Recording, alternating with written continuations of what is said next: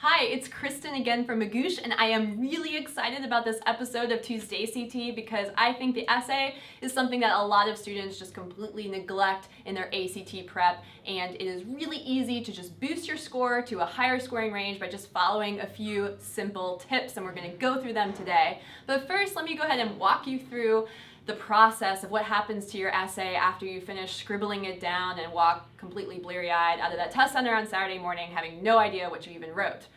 Well, it gets scanned and it gets sent to 2 graders who are going to read it, along with hundreds of other essays. And they are getting paid by the hour to read essay after essay after essay. And so that means that as a writer, your #1 job to get a high score on the ACT essay is to write for the graders. Make their job easy on them. Don't make them hunt for your arguments. Make it really clear, really straightforward. And the first way that you can do that is to have a really clear thesis. And your thesis statement should appear exactly where the essay graders are expecting to find it, and that's where you've been taught probably to put it in school, and that is at the end of your introductory paragraph. And make sure it is structured really clearly, doing 2 things. 1, stating your argument, and 2, introducing the supporting arguments that you're going to use to back that up. So let's go through an example. Let's say the essay is asking you to whether or not you think that extracurricular activities should be mandated at school. Well, maybe you say no, it shouldn't be required. So your thesis statement should look like this. Extracurricular activities should not be required because blank, blank, and blank.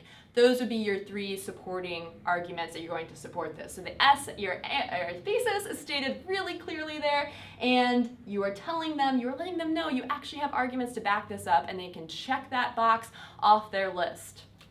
The second thing that you need to do to have a high scoring essay is have as many supporting arguments and examples as possible. Be really specific, don't be vague. So let's say, as in our example, you are developing a paragraph that says that students shouldn't be required to participate in extracurricular activities because maybe they have personal hobbies that can substitute for them. So you better tell them about how you and your dad work in your ceramics studio after school, or you have several friends that train for races outside, and that takes the place of sports that they might be playing for school. Make sure you have lots of examples, as many as you can possibly think of. And finally, make sure you address the opposition. This is my super duper most important tip for getting a score that is in the top range. Essays that address the opposition historically do much, much better than other essays that don't. It shows that you understand there's an opposing side and that you can strategically argue against it. So back to our example. Let's say that someone who thinks that extracurricular activities should be required does so because it's important for students to socialize with their classmates after school.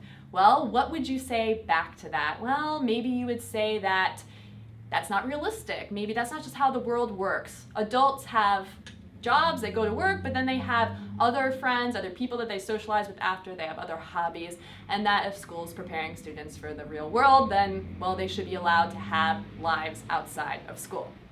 Maybe you can think of a better argument than that, but that's just one argument that you can come up with. So make sure that you do it, and make sure that you do it clearly. Use signal phrases when you're introducing that opposing argument. Things such as, while some people might argue this, blah, blah, blah.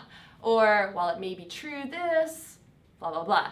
Make sure that it is really clear that you're addressing the opposition, because remember, the readers are reading this essay really, really fast, and you don't want them to think all of a sudden you just undermined your argument or that you are getting wishy-washy because you didn't state it clearly. So basically, don't get fancy, don't be creative, just play by the rules, and you will do just fine on the essay. Have a clear thesis, as many supporting arguments as you can think of, and make sure to address the opposition, and you are on your way to a top-scoring essay CT.